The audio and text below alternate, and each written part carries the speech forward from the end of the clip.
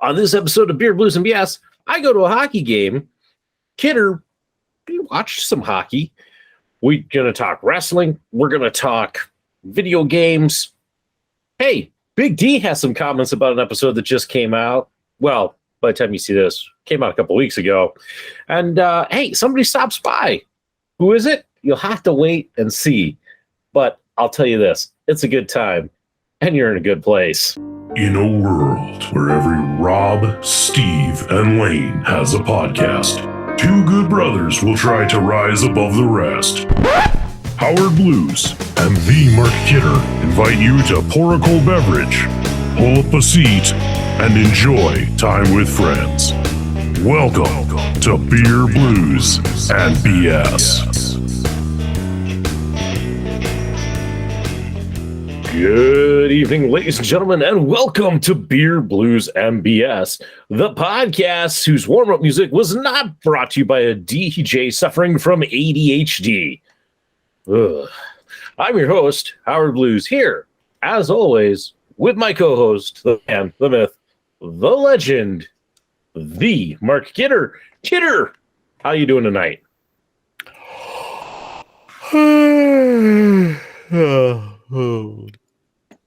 Oh, right. We got the show to do. Oh, yeah. That's about how I'm doing. How you doing? I'm okay. Kidder, we went to a Bobcats game tonight, and I'll give you a full breakdown, but I just have to say, the guy running the music, he needs to get on the phone, call up DJ Brother Smalls, and figure out what the heck he's doing. I kid you not, Kidder. The warm-up song, the song that played during warm-ups, and I say song because it was like a giant mishmash of stuff, like a giant mix, but the song changed like every 30 seconds and like changed genres. It was like a combination of like EDM dance mixes and metal,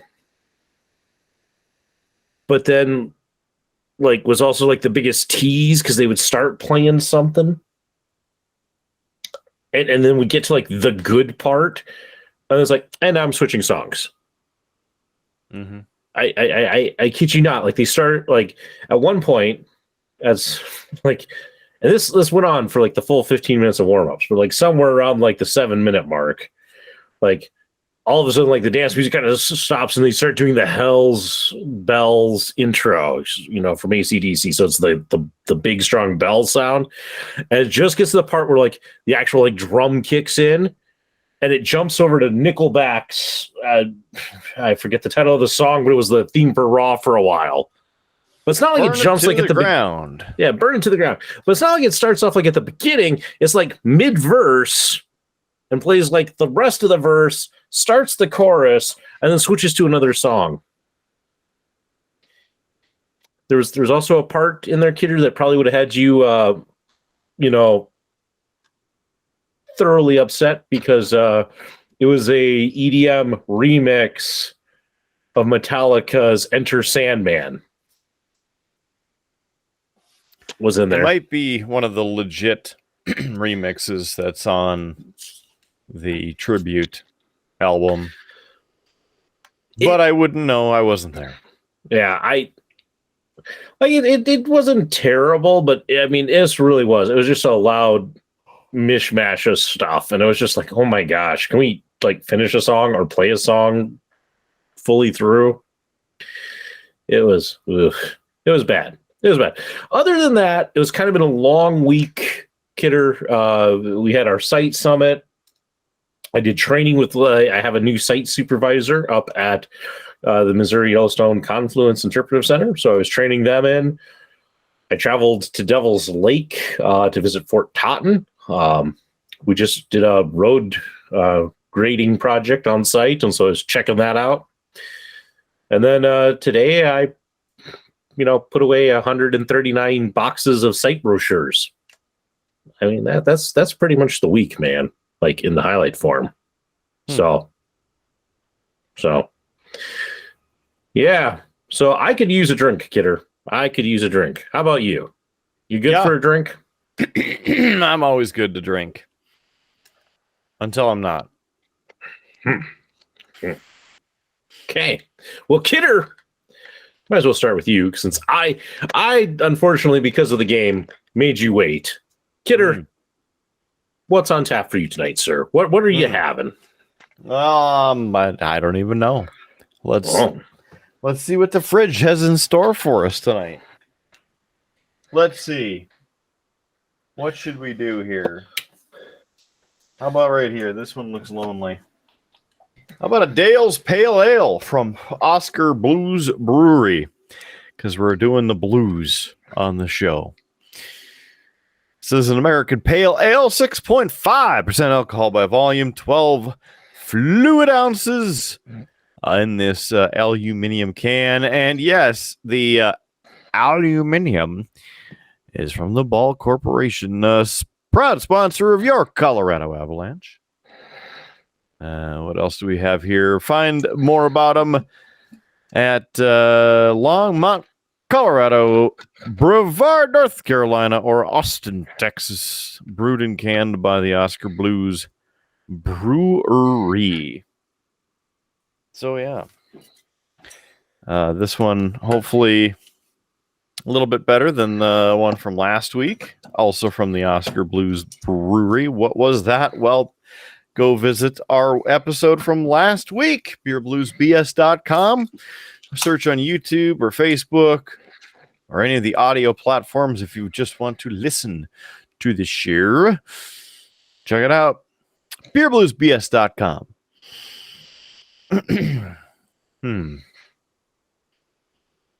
Smelling the hops right away here. Yeah, that's hoppy. I'm not going to like this one. Nope. Nope. Not a fan. What do you have here, Howard? Well, Kidder, I have here. I have been sticking with the Surly Brewing Company. I picked up a lot of their stuff here recently. This is their, and it's a tough can to read, man. This is ugly. It is the Digital Wizard Mango Ale. So also a pale ale, Kidder, but we're going with mango. Ooh. Yep, it's a pale ale brewed with mango, 5.5% alcohol by volume. Has such great, God, man. I have to say, Surly Brewing Company, you got to work on these tasting notes because the tasting notes I have on this, Kidder, are hoppy, fruity, and magical. Magical.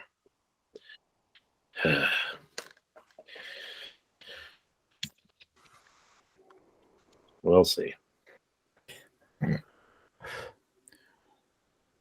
Kidder, I hope you were watching that. Oh, yeah. I went to give the beer a sniff, and it got angry, and I shoved basically beer foam up my nose. That's what you get. It's very mango-y. I can smell that. Clears up the sinuses.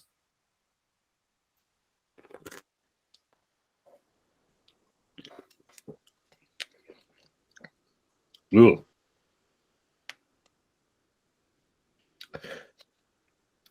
You know, mangoes can be a bit bitter, Kidder. And that bitterness mixed with that hoppiness, not a great combo. It's like really bitter right off the bat, and not in a good way. It's like a sour bitter, but not in a good sour way. It has a nice, lovely aftertaste, though. Very fruity. Not quite magical, but I am going to guess that the magical part is if Howard gets through this thing. Ugh. Well, When what's on tap is this bad, the show can only go up from here. Are you sure? No, because I know what the next topic is, Kidder, and it's a bit depressing. You at the Bobcats game? We got to talk about it again? Yeah, I mean, I just was ranting about the warm-up music, Kidder, but let's talk about the game proper. Oh. Because tonight I think I might even know who's doing the music, so that says something. But I also have to, in my defense, gave many ideas on how you should do it. But yeah. So I can blame you. No, because I have better taste than that. And I'm a purist about listening to album versions of songs. I don't like listening to the shortened version. I don't like listening to the edited version. Give me the full song in its entirety as how it was created. Yeah. All right. Well, let's talk about a Kidder tonight. It was your Bismarck Bobcats versus the Minot Minotauros. Yeah. Game started off actually pretty good. Both teams coming out fiery. A lot of good attempts by both teams. Probably the best period of hockey we got to watch was the first period. Not much to really give in the reporting of highlights or anything. It was just kind of even, a lot of back and forth. I will say the Bobcats really towards the end of the period, and not quite like the last 2 minutes, but minutes 7 through 3 that were left of the period. I don't know if they just were all predicting how this season was going to end and decided to work on their short game, because I kid you not, for 3 minutes solid, it was, hey, we're down in our end. Let's try and chip it over the other team and get it out of our zone. And the other team would just reach up and just knock it down. I mean, but it was just constant. You're just try something else. It's clearly not working. I will say Bobcats were out shooting them, at least the first period. So I'll go on that. Which brings us, Kidder, to the first period break with a score of 0-0. So, yeah. And while I mostly want to stick to the hockey, Kidder, I got to talk to you about this, the period break entertainment. I probably already hate it. Let's just say that. Well, the big, I don't know, sponsor. I don't know if sponsor is the right word. Anyway, the big thing, the person who dropped the puck at the beginning of the game, who was involved in all the period break games. He's a radio DJ here locally. I didn't quite catch his name, and it's terrestrial radio, so I don't listen to it.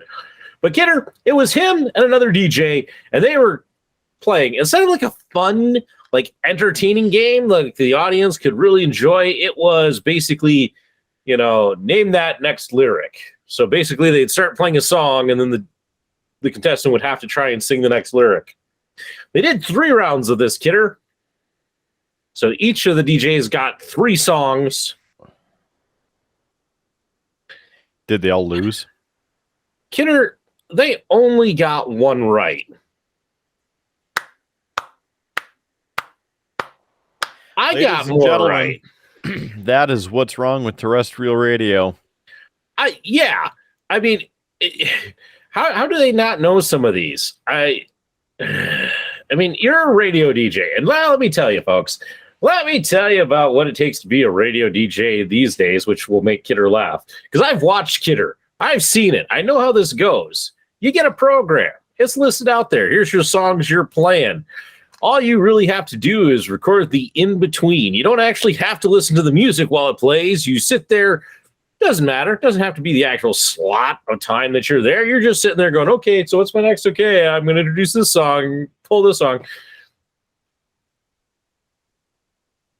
yeah, you don't actually have to know music. Yeah, which is part of why terrestrial radio sucks. Because you got a bunch of DJs who clearly don't know music playing this stuff. They're just basically personalities. This is why we need good DJs. Like Kidder, back on the radio. Guy actually knows his stuff. Yeah. Well, thanks, man. I appreciate that. I don't know if I'll ever be back on said radio. However, as you know, I curate my own show, which is going to be monumentally superior to anything else that you could ever get on terrestrial radio. That, of course, is the Killer Kidder Show playlist on Spotify. It's available for free. And there's a whole bunch of songs on there, hundreds of hours of music, and so you can listen to that.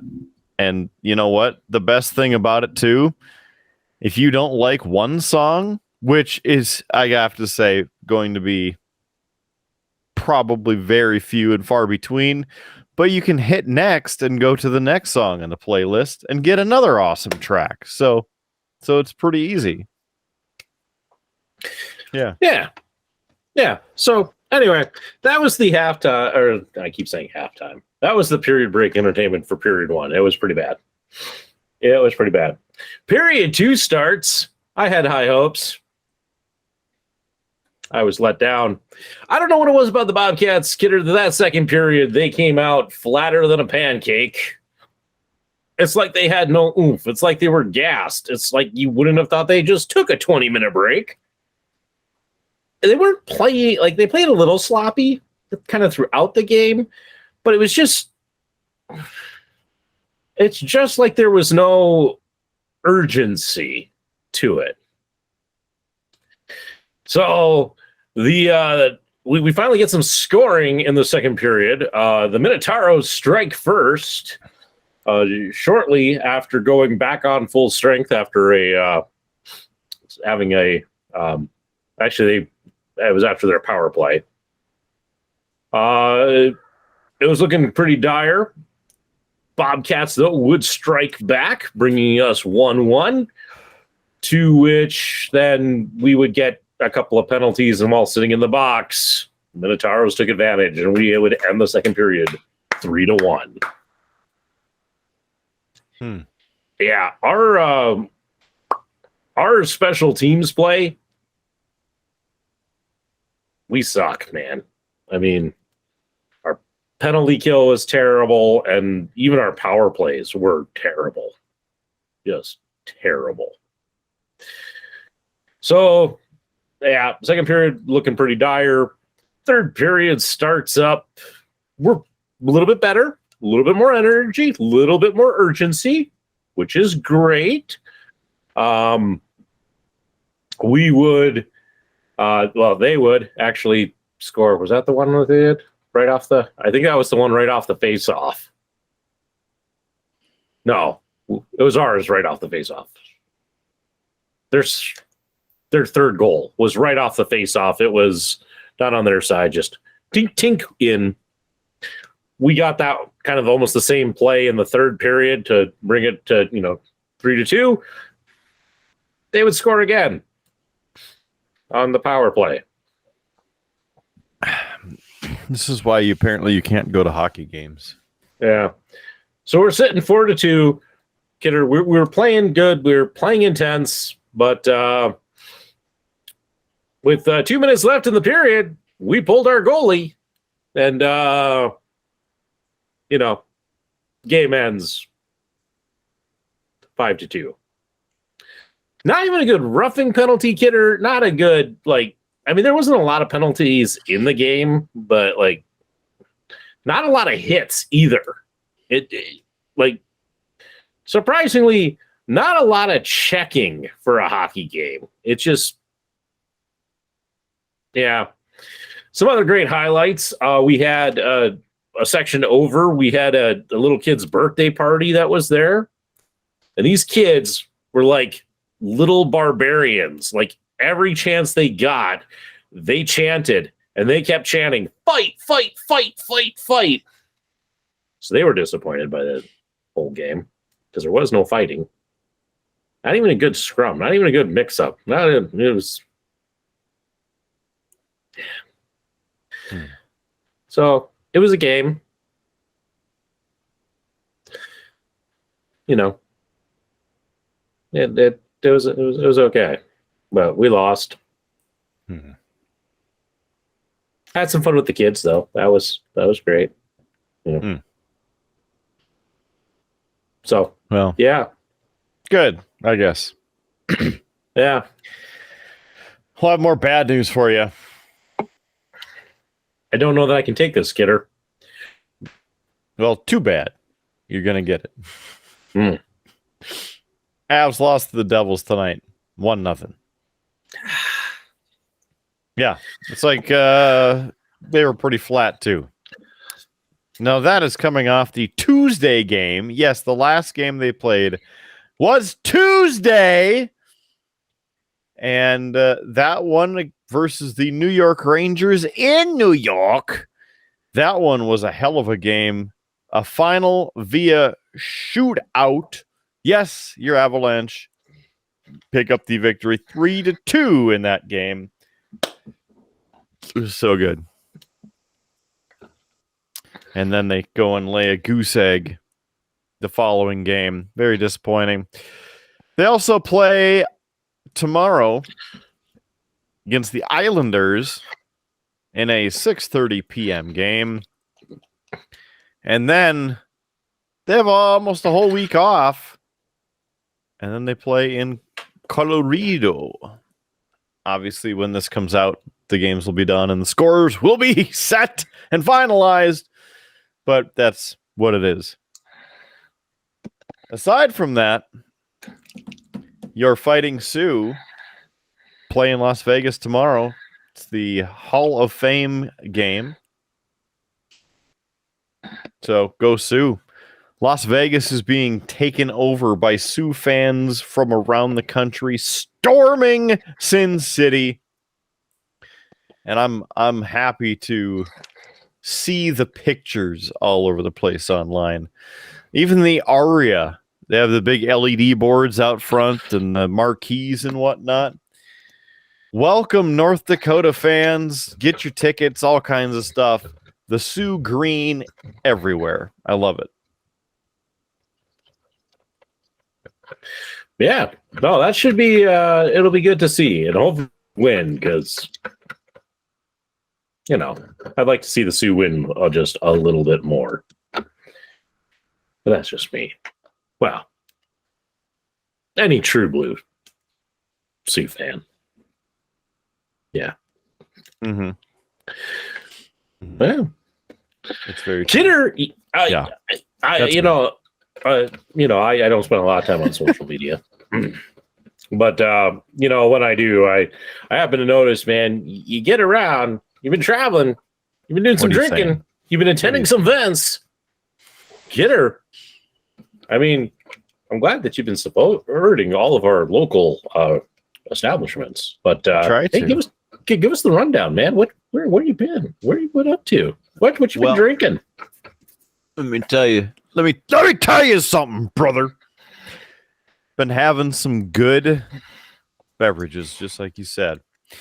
So first of all, Thomas and Moriarty's, nice, quaint place in Mandan to get some delicious drinks, including the best old-fashioned in the region. So you need to stop by and visit them, support them. We picked up some tickets to go to this exclusive, if you will. I mean, if you bought a ticket, you could go. But Irish whiskey tasting from the Glendalough Irish Whiskey and Gin Company. And they have a distillery in Ireland where everything was based, goes back quite some time.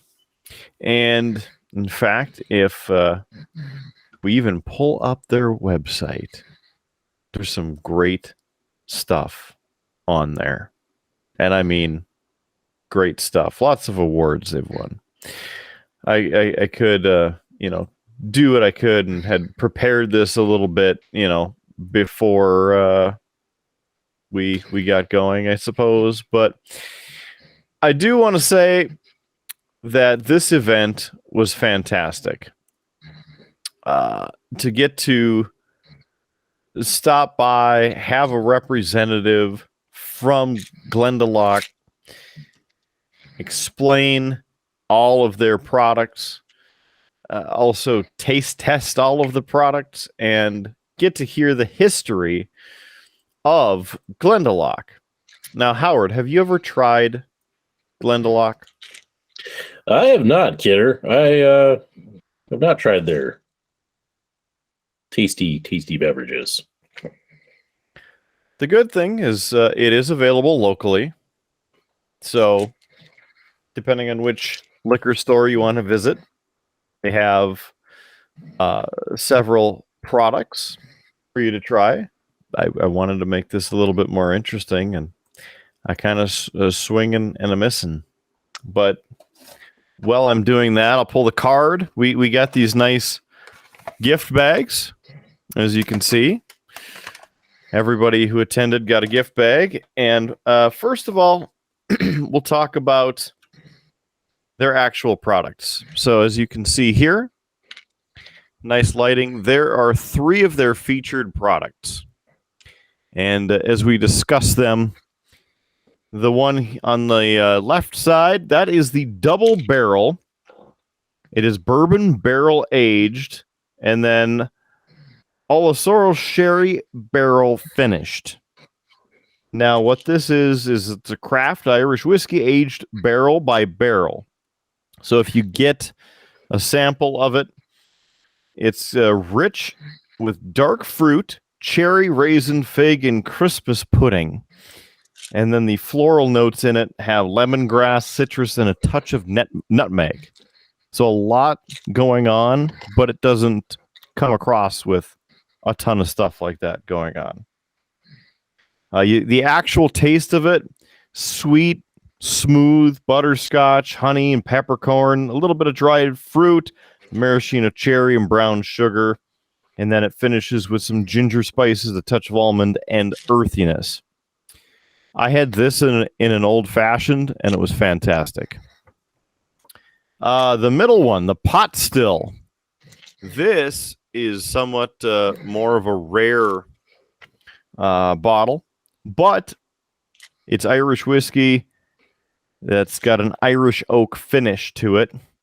Now, with this one, it's in fact the third one, the single malt, is even rarer. But as we talk about the pot still Glendalough, it has sweet and citrus with vanilla, caramel, earthy undertones, oak spices, and leather.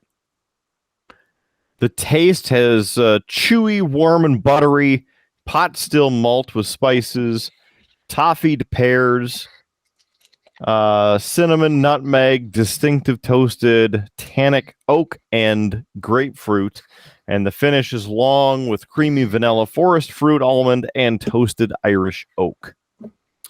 Now, the last one is a 7-year, and this is aged in rare Mizunara oak. It comes from a Mizunara tree, which is a Japanese tree and very rare. They're an endangered tree species, and therefore the casks that they make are very limited. So they do what they can to not only do that respectively, and as they take one tree down after a whole process of authorizing or being authorized to be able to take it down, etc., they plant 7 more and then make sure that they actually grow, because a lot of deer will eat the saplings and whatnot. So that's cool. The second part, each bottle has a little QR code on it, so you can scan it, and then you can see the actual tree that was cut down, as in the tree being cut down, and some of the process of making that cask for that bottle that you got. So another cool thing, really brings you to the bottle and shows its heritage. So I like that. Now with this one, it is an Irish single malt, and again aged in the Mizunara oak. It's a vibrant, fruity, and floral smell. Taste is luxuriously smooth mouthfeel with notes of dark chocolate, orange, sandalwood, and cinnamon, which is synonymous with the Mizunara whiskeys, if you've ever had one. The finish is an exceptionally long finish of toasted oak, subtle layers of complex woody spices, and dark chocolate lingering even longer. So again, there is a quick look at the three of those. Aside from that, some cocktails you might want to make. There's a quick look at three of them with the three different whiskeys. And I would recommend giving them a shot if you're able to, Give them a shot. So that was neat to get to learn more about it in each of the variants that they have, the flavors, if you will. Also, in our gift baskets, we received a sniffer, if you will. So yes, it's a Scotch, bourbon, or whiskey sniffer. Really, really nice. Got the logo on the front there, so then you can put some whiskey in, and you can really get the scent, the true scent, and extra bit in there of what you're looking for. Bring out all the scents and flavors within the drink. So then, Howard, there's more. As we're there talking with the rep, he brought out the goods, if you will, and handed out some socks. So I now have Glendalough Distillery craft spirits from the Wicklow Mountains in Ireland official socks, and I was very excited because, as you can see, they are Sioux green. So very, very good choice in coloring, deciding on the color there, and of course, very Irish. But wait, there's more. Howard is shocked, and he doesn't even know what to do with himself. The rep went in the back and is like, "Hey, you guys need this. What is it? Well, look, it's a Glendalough set that comes with the bottle opener and 3 of the branded shot glasses. So, very cool to also get that, and to support us here at the Triple B Howie Blues. Beer Blues. Cool. Cool. Yeah. Sounds like quite the event and quite the good time. Yeah. Now, we got there a little bit early, and they weren't ready yet. So right next door is Black Lions. So we stopped there, and that's where the other part of the tour was, as you were mentioning, stopping and having some more beverages. So had a local unfiltered wheat beer there, and that's what you may have seen on our social media, on Instagram or Facebook. And thanks to Black Lions for hosting us unbeknownst to them. I'll give them the plus, though. They liked the post, so they checked their DMs. Well, that's good. That's good. Very happy about that. Yeah, it's nice when they recognize the posts and such. Mm-hmm. So. So, as I'm doing what I can to, get some of these things sorted out and find some actual information to help out. Wicklow in Dublin is where the distillery, the heritage of craft distilling in Ireland. So here's the story for you to give you, because I know you like the history, and this is rich in history. In the 18th and 19th centuries, there were over 200 licensed distilleries in Ireland, and along with countless unlicensed ones, producing diverse styles of various alcohols, including whiskey, gin, and absinthe. Till recently, that has dropped to a small handful. So after many evenings of debate over why there weren't more craft distilleries in the birthplace of distilling, this group of friends convinced each other to leave the safety of their day jobs, head to the mountains, and take a chance on something more meaningful, which St. Kevin, that's who you see on the front of the bottle, is their logo. And of course, you can look up the history of St. Kevin. And so they got the craft distillery in the mountains of Glendalough. Key influence on the flavor of the whiskey comes from the wood that it's spent time in. There's countless nuances on how wood affects or injects the flavor, from the straightness of the tree to the fineness of the grain and the size of the barrel or the depth of the char. Now, Glendalough is actually a valley. What it's called is, or translates to, is the Glen of Two Lakes.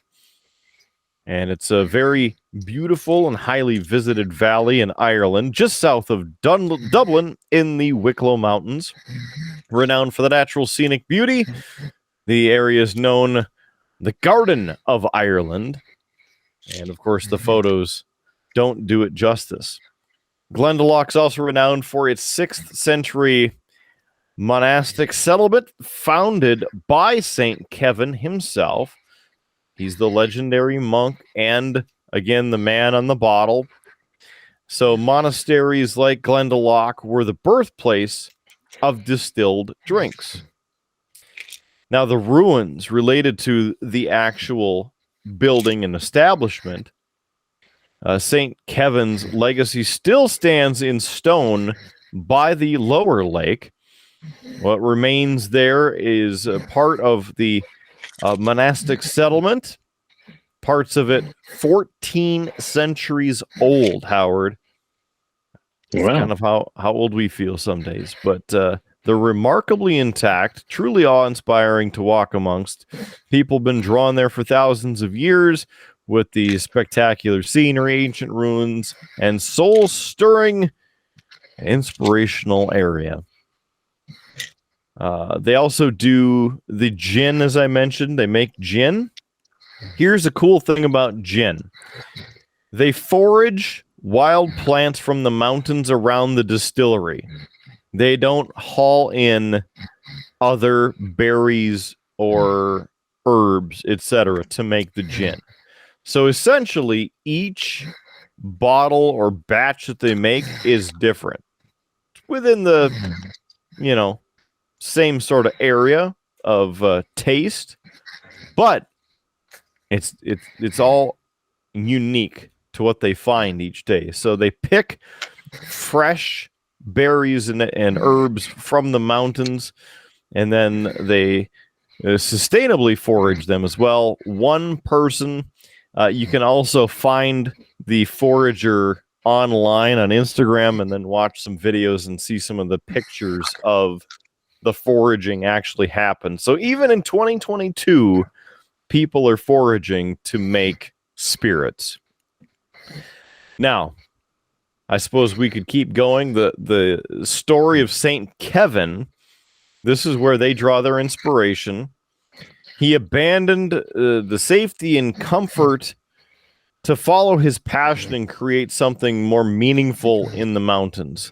So he was born with Irish royalty, but St. Kevin disappeared into the mountains and became one with the wild. For 7 years, he lived off the land by Upper Lake of Glendalough and pondered his place in the world. He would stand and pray, typically arms outstretched and often up to his waist in the lake, just to add to this challenge. He did this so often and for so long that one fateful day, a blackbird landed on his hand.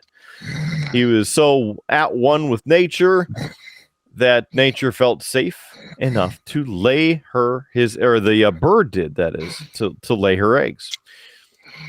He took that as a sign and as a test to his resolve. So he stood day and night until the eggs hatched and the chicks fledged. One of so many stories that spread around Ireland and inspired people to seek out this holy man in his deep hidden valley. He eventually built his city of 7 churches by the lower lake that still stands 14 centuries later. So in one hand are the eggs, and the other hand is the bird, which is on the front in the logo and whatnot that you can see right there. So a fun taste of history. And the interesting thing enough is that, the pieces are still there, and those elements are brought into the artwork and the glass itself on the bottles. So there you go. Glendalough Irish whiskey. Good stuff. Yeah, man. We're going to have to rename the History with Howard segment to History with Kidder. Nah, we don't need to do that. This is like a one-off.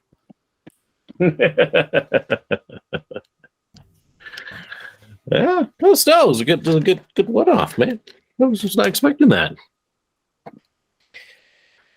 It was fun, like I said, to hear about the history about their tradition, what they get inspired by, because they're in that whole area.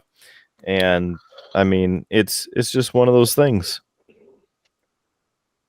Yeah. No, what was it? Interesting. Very, very interesting. So, and cool event. So glad you could go. Glad you could share it with us. Yeah, man. Got a couple photos. Shared those, of course, as it was talking, as you know. But I mean, the photos don't do the taste justice. Now, next year, they gave us kind of a teaser that they're going to come back and try and do another one and do it a little bit bigger and more crazy, per se. But maybe you and I will have to go to that one. Yeah, maybe. That would be interesting. I'd give it a shot.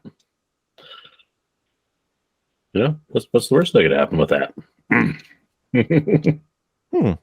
Well, Kidder, while you were talking, I know you know, but for the audience, you might not know, I am back at the painting table, working on doing some washes on some miniatures, trying to knock down the pile that has kind of started to form here. Mm-hmm. Yeah, but Kidder, I've been wanting to paint because I've been looking at a lot of painting related stuff. And mostly because I've been following a pair of controversies that, More controversy? Yeah. Yeah. And they're both hobby related, and that's kind of been interesting. The first involves I call it new. New isn't quite the right word for it. But let me put it this way. There's a YouTuber out there called The Honest Wargamer. And mostly he covers war games. And he's pretty open about the fact that he doesn't really like painting miniatures. That's not his part of the hobby. He likes playing the games. He follows tournament coverage. He does that, but he doesn't really like the painting. And he got some advice on some things to help him with painting miniatures fast, but so that they looked good. And he decided to have some fun with this. And so he made a video explaining kind of this method. And he put some humor into it, claiming that he learned this technique after climbing high into the Turkish mountains and finding a monastery of monks who proceeded to teach him this style that he has dubbed slap chop. I was hoping you were talking or going to talk about like the slap chop. You got Vince. Hey, you put the onion in there, you put the egg in there, you put the celery in there, a couple slap chop, chop. There, look at that. You got yourself some egg salad. Oh my gosh. Yeah, no, not that one. Man, no, I'm disappointed. Kidder, I always aim to disappoint. Like this beer. Anyway, really, what slap chop is it's pretty simple. It consists of just a few steps. It's priming your model black, then dry brushing with a gray paint, kind of to get your first layer, your mid-tone, and then doing a second lighter dry brush in white to give you your highlight, and then using GW contrast paints to do the actual painting of the miniature. And contrast paints are basically like a super wash, so that when the paint pools, most of the pigments end up in the crevices, giving you your shadow, but kind of not a lot gets left on the high points, so it gets you your highlight. And basically, you can paint an entire model just by slapping this stuff on. Hence, slap chop. Usually, what GW has said with their contrast paints is that you should prime the model certain colors and just paint it on. And I've looked at those, Kidder, and I've never been interested in these speed paints and these contrast paints because it kind of leaves a very like desaturated look to the miniatures when they're done, and not quite my style of look. So I haven't been interested in this. But what this slap chop does is, because you have done these dry brushing of mid-tone and highlight, it actually makes it pop a little bit more. So they look actually really pretty good. Good enough, Kidder, that I actually have ordered some speed paints from Army Painter. I'm not going to go GW contrast paint because those come in pots and they're easy to spill, and I like my dropper bottles. So I've ordered those. I've also ordered just some fun models just to test these on, and I'm going to give this a try. But the reason I say this is controversial is the Honest Wargamer put this video out, and it's clearly got some satire in it. But the video went viral. Some people shared it into some of the D&D role-playing communities, and it took off like mad because D&D is another source where people like to play with miniatures. They want to paint those miniatures, but they may not like painting itself. And so the fact that it was this very easy, very quick, you can paint a model in 15 minutes with slap chop. It took off and went crazy. The thing about it is that you kind of have some hobby people there are some who embrace this and understand that it's satire and all of that, but there are others who have just been picking on the Honest Wargamer because, truthfully, this slap chop style is nothing that, he didn't invent it. It's nothing new, but it's got all this credit. And so I think you kind of see some of this jealousy from people where they're like, well, in his video, he claims that he's the creator of slap chop. And I actually watched a video with the Honest Wargamer. He's like, no, I clearly at the beginning say I learned this technique from Turkish monks, therefore alluding, I didn't invent this style, you know. But it is. It's just kind of crazy that there's people who are like jealous of this guy's success with it. That, you know, that they're taking shots at him. The other great critique that I heard about it, and it makes your whole bit about the slap chop device even better, was one person wrote to the Honest Wargamer, goes, I really like your style, but I can't get behind it because the name slap chop just conjures up image of violence. And the Honest Wargamer put it quite simply. He goes, you are painting authoritarian, Hitler-esque miniatures to go and place their will on others and fighting it out on the table. And you're worried about a stupid name like Slap Chop bringing violence? That sounds about right. So that was kind of interesting in that. But I've been following that one. It's kind of interesting.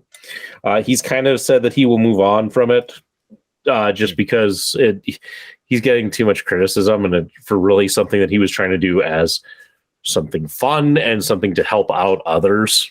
So that was kind of sad. But Kidder, yeah, the other controversy that I've been following makes me a little sad, actually, because it involves one of my favorite miniature companies, Reaper Miniatures. Yeah? Yeah, they got themselves into some trouble here. So Reaper, after Bones 5, they reopened the Pledge Manager because they had quite a few people who had not finalized their pledge. And they wanted to give those folks a chance to get some of the product. They knew they wanted to do a reorder. And so since they were going to do a reorder, and since we're going to allow these people to finish that, they opened it up to everybody so that, hey, if you want some more stuff, you can order some more stuff. Kidder, I ordered some more stuff. I have some, they called this Bones 5.5. I got my order back there. Because, yes, there were a couple of things that I was just like, yes, I would like more of that, please.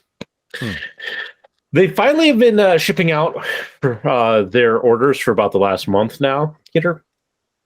And some people, as they were checking off their what they had ordered versus what they received, they noticed that they were missing some stuff. That's usually not a problem with Reaper. You just send an email to help@Reaper Miniatures, and usually they replace the piece, and that's fine.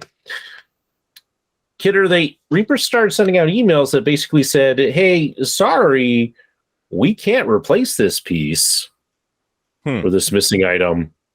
We'll offer you credit in our web store or credit on Bone 6. So this is very uncharacteristic. Yeah, I mean, very uncharacteristic of Reaper. And so people were just actually very angrily and upset about this. And it was one of those things where it was like, well, why? What's going on? What's happening? Reaper finally put out a couple of days later a statement after everybody got wound up, and basically just due to issues, they didn't really dive into that, which they should have. They didn't get everything that they had ordered from overseas, and so they didn't get some of the product that they placed as an order, and because of that, they don't have the product to give out. Sounds about right. And so they basically said there are three options with this. On some of the items, we're more than willing to refund. We'll give you your money back, which is Reaper never gives their money back. Not because they're greedy, but they usually provide such great customer service. I mean, if I had a Reaper miniature, or do I have one here? Yeah, I'll just grab this guy. So say I had this guy, and he was missing his club. More than likely, they don't just send me the club. They send me a whole new guy. That's far beyond what they need to do. So they said they would refund. They said they would do the other options. They would give you a credit to their web store. plus some, because miniatures on the web store cost more than the discounts you get from like the Kickstarters and the pledge managers. So they were kind of saying, hey, we'll give you a little bit more so that your money goes a little bit further, or you can apply this to Bone 6 because that pledge manager is open right now. And, so that's what's kind of going on with them. We don't know exactly what, but I do feel for anybody who did. I had a very, very small order, and I haven't checked mine, but I'm pretty sure I got the majority of what I wanted. So, yeah. But Kidder, where I really feel for some people is some people purchased the ship because the ship was available. So that pirate ship behind me, that 3-foot long pirate ship, unavailable. That's what they ran out of. Yeah. So some people gave Reaper $100 for that, and they didn't get it. And I feel for those people because that's a cool piece. And Reaper has said they're not making it again. So it just helps you as somebody who got one and makes the value go up. I mean, that's just how things work sometimes. Yeah. As I talked about last week, I did not get the jersey that I wanted to get, and that would have been $340 or something like that, but I didn't get it. It is what it is. Yeah. And that's kind of how I take it, but I do feel for people, if you thought, man, I can get this, and you put in the money and you've waited all this time and you haven't got it, I could get why you're upset. Totally understandable. But Kidder, I even got one more controversy that's game related. I'll keep it short. One more, because I learned about this one today, and I was super excited about it, and then it got controversial, and I was like, God damn, people are stupid. So here's one. Privateer Press, another company that I follow and have purchased several things from. For a couple of years now, they've done this mini crate subscription. So every month I get a miniature from them, and it's a cool alternative sculpt to one of their designs. And one of theirs from any of their games, from War Machine, Hordes, Riot Quest. But it's and it's usually kind of punny, which I enjoy, and some of them have been really clever. And I got in on this subscription since the very beginning, and it was kind of one of those things that they advertised, hey, we're doing this. It's a one-time thing. After this, Kidder walked away, so he's not even hearing this right now.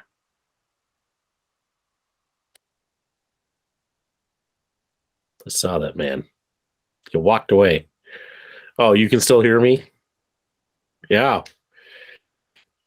Interesting. I see who it is. Hey. Like the Kool-Aid man. Oh, no. Oh, no. For our audio listeners, if you don't recognize that voice, JS Gunslinger is joining us. That's right. Howdy ho, everybody. He's busted in. What is it with guests showing up halfway through this show? we got to start talking to people, Kidder. People keep showing up like well, IT security and physical security. I mean, practically anybody can just get in this place, right? Apparently, man, we got to hide that door a little bit better so people can't just knock on the door and come in whenever.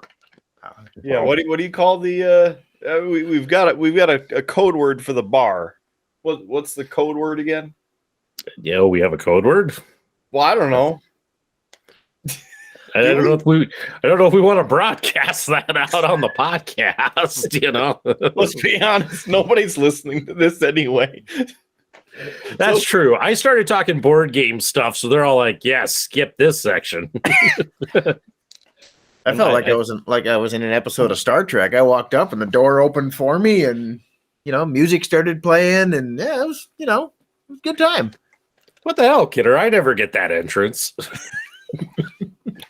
Maybe my house just likes him better. I don't know. He brings more alcohol when he stops by, so maybe that's it. I don't know. Kidder, I've been offered for like a month to bring you a black-o'-lantern. No, you keep that shit to yourself.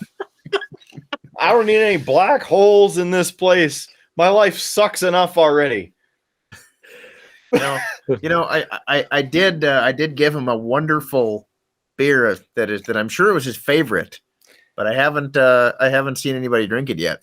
That's next week. Oh, that's next week. Oh, that'll be 3. Okay. Yeah. Okay. Teasers. Well, when this is out, it's already happened 2 weeks ago. So Get over yourself.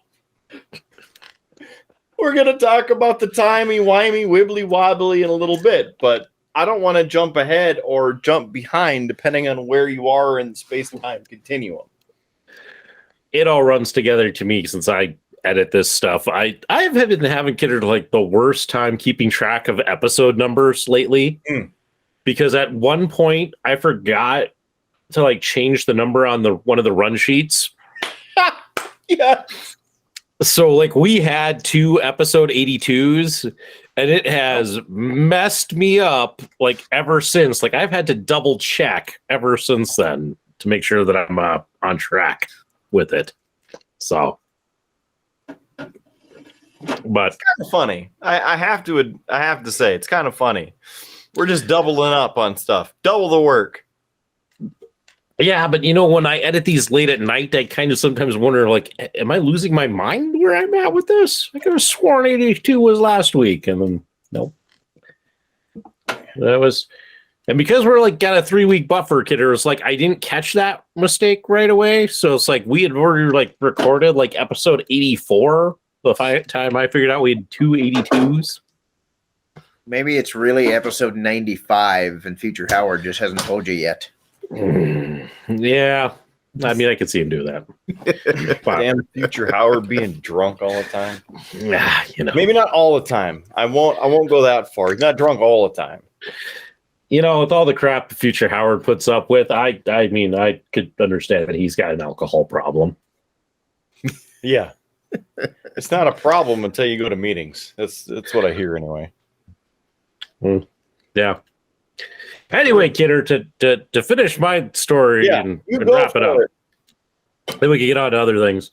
So I'm going to open this. I've been subscribed to this Privateer Press mini crate since the beginning. And I've only ever missed one due to a great thing where I got my new debit card and I didn't get in an update by information before they tried to run it. So I missed one. I missed a single figure. So otherwise, I have the whole complete collection except this one, and it's bugged me ever since. I keep looking for it on eBay and things. Today, Kidder, Privateer Press came out and said, "Hey, these mini crate subscription that we've done, and we said this was kind of a one-time run. Well, every time that we've done and run this, we've made a couple of extra because sometimes people lose parts, sometimes we don't get enough orders as much as we've ran. So we've had all these extras in the warehouse." The warehouse is getting full. We need to clear it out. So we're going to put them on sale. If you're a subscriber, here's the whole run. You will have a chance on November the 3rd to purchase these. And it's limited quantities. It's not that we're making more. It's that we have these. So I can get the one miniature I'm missing. But Kidder, the internet blew up over this as people are like, what the hell, Privateer Press? You said this was a one-time only thing. You can't do this. You can't sell this. And some poor mod for Privateer Press has to keep going and answering to people to go, well, actually, if you read the announcement when we said this, we said that we would sell extras of this later to subscribers. We just are finally doing that. I know it's been like 4 years, but it's been fun. I love how geeks get upset about bunch of whiny bitches. I mean, I can understand, like, people have spent lots of money trying to get a hold of some of these, and now they're going to have a chance, and you have other people who have bought them then and are like, "Well, gosh," it's just like I don't get people. I don't get it. Don't try, because you're going to hurt your head. Also have to say that, first of all, I'm guessing you're taking November 3rd off because you'll be sitting at your computer all day searching for that and getting in, making sure that you fight through the bots so then you can get your figure.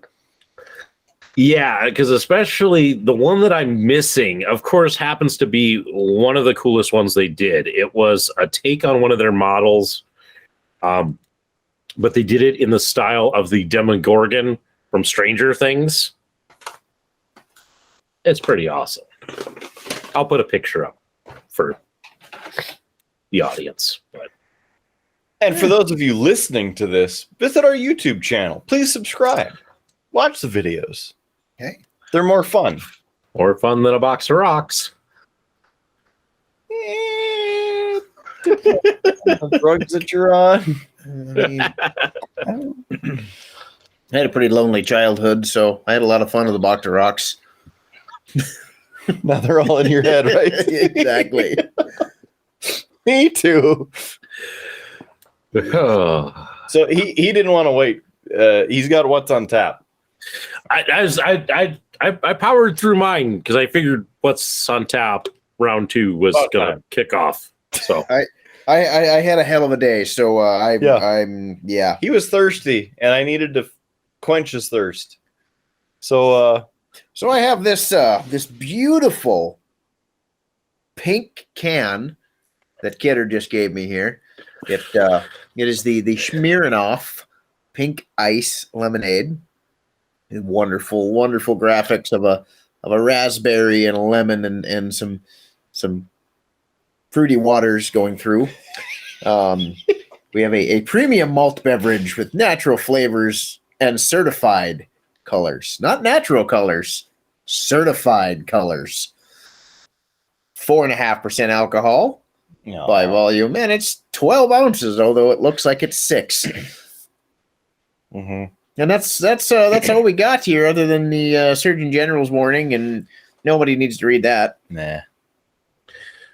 They do. I'm not gonna lie. Say that you have to be 21 to purchase said beverage. So I'm glad they reminded me. Right. But I need to card you, sir. Yes. I was going to say I have one of those as well in my beer fridge that I believe Kidder gave me, and I have kind of refused to actually drink it. One of these times I'm going to bring it back to his house and hide it in his fridge. Yeah, I wasn't going to be too picky. But, it doesn't actually taste that bad. For being a frou-frou girl fruity drink, it really doesn't taste that bad. Mm-hmm. I do like lemonade, raspberry lemonade, all forms of lemonade essentially, and it honestly does taste like lemonade. Some of the lemonades of this nature I've tried have just tasted like lemon flavored paint thinner, like syrup, right? Yeah, gross. Yeah, just it more tastes like paint thinner with a little bit of pink mixed in. But this one actually tastes fairly well. I'm not going to say it's up there with the alcoholic chocolate milk, but it's getting there. You like how he laughs at that because he didn't like it? Mm-hmm. I saw you trash my beer. See, so somebody watches. Because he's here. How dare you not like the alcoholic chocolate milk? Listen, to each his own, man. If you're happy drinking it, good for you. Jeez. He's like in the current, and he's in one of those little dinghies, and he's trying to row backwards, but he's still going over the edge. You shall be hereby entirely banished to nothing but Black-o'-lantern. Yes. Black-o'-lantern. One thing about these, as both of you may remember, I think I still have one upstairs too. I had a Smirnoff like 6-pack of bottles, and I don't remember the flavor, but it was something like the pink lemonade or berry, whatever. The glass bottles are 11.2 ounces. They don't even give you a full 12 ounces of sugary get messed up. Yeah. These give you 12 ounces. So they've learned. Maybe they're watching. Smirnoff, if you're watching this show, number one, I'm sorry. But number two, hey, you could sponsor us. We got your product. That'd be great. Huh? Always an option. Kidder, just also for the record with the one you gave me, it's in a glass bottle. Oh, okay. It's been there a bit then. Yeah. I was going to say, I thought I gave you one, but it's probably not. But meh. I'm also thirsty, so I'm going to try the pineapple lemonade. As you can see, it's like more of an orangish color for whatever reason, but much the same. 12 full fluid ounces, 4.5% alcohol by volume. This is also a premium malt beverage with natural flavors and the certified colors. They've gone through many, many hours of training to become certified colors and not just regular colors. Nice pineapple flavor or smell coming out of it, so I'll give it that. I mean, I do like the like pink raspberry thing they got going on here. It's well, judging by the face, here's the reason I oof, because at the first it was like, whoa, there's a lot of flavor coming at me. Number two, there's some coconut put in there, and I freaking hate coconut. And for future Howard's sake, I went moderately censored on that. I'll agree with you on the coconut. I'm not a fan. Ugh, it's gross. I'm like, why is pineapple and coconut? Yeah, sure, they're both tropical, but why do they have to be together all the time? Just make a pineapple thing or a coconut thing. And that way those sadistic sons of bitches who like coconut can have their bullshit. Yeah. Howard. I'm with you. Listen, you just got to put the lime in the coconut and, No. it'll be fine. No. You can put the lime in the coconut, just not the pineapple. Keep it to your damn self. All right, so you're talking about slap chop, and no, it's not. Wait, you're gonna. What? I got a second beverage. Oh, you actually have something to drink? I'm keeping up, hey. You had that on the show before. You just kind of cut him off from his what's on tap? Yes, he's had that before. He held it up. I saw. I have had it on the show before. I liked it. I wanted to get it out of my fridge, though. Open that up. Let's get it out.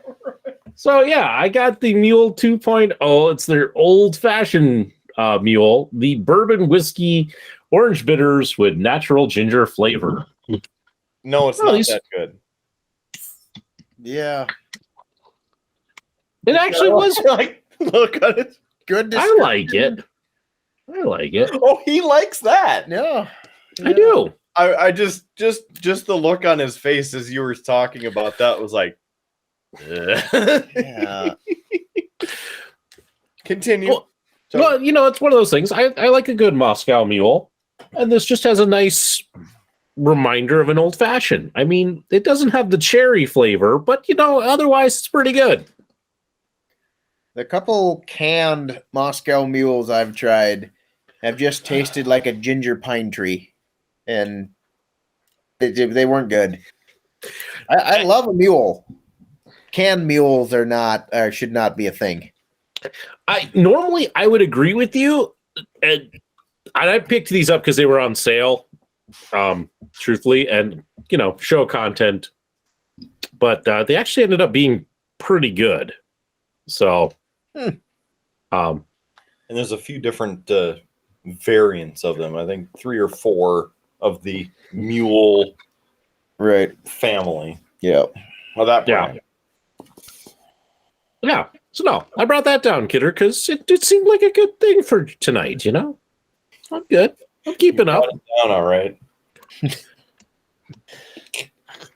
Down I'm sorry. I kid. I can't even help myself. That's a All right, kidder. You were transitioning to something else. So, well, first question: when I say slap chop, what do you think? The Russian slap game. See, you got even a completely different thought on that. When this comes out, you'll have to go back and watch it. I'll do that.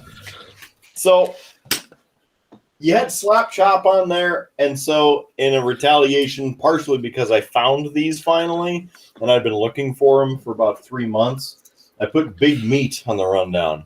Ooh. It's not too much of a big meat. I mean, it's a small package, and there's 3 meats in it, but it's the newly released, within the past several months, Cloverdale. Of course, Cloverdale products out of Mandan, based in Mandan, North Dakota. Tasty meat. Get some Cloverdale. Support them wherever they are. The grocery store, Walmart, there's Costco, any place that you go, and really nationwide. So search your meat section for Cloverdale. But they just released these snack packs of meat. Look at that. Have you seen these, Howard? I can't say that I have, actually. Out of all of the places, because I've looked in, again, Walmart, Costco, Sam's Club, like the likelihood of them being in Sam's Club kind of low unless it's, a 30-pack of the individual packs, right? But I've looked for them. Can't find them. Where do they show up? In the vending machine at work. Seems like a perfectly logical place. I'm like, what the hell? Really? So I paid, $3.50 for this thing, which is probably, I don't know, $2 normally. But yeah, I'm excited to try these. It is tangy snackers. Now, both of you have had the yeah, I know. Sounds like a name of a cheap porno. He was already going there. You see that? I think he muted himself so he couldn't see him. I didn't mute myself, but it was more of the fact that JS laughed. I don't know why. That just cracked me up. I couldn't help it. The tangy snackers just got me. Yes. Yeah.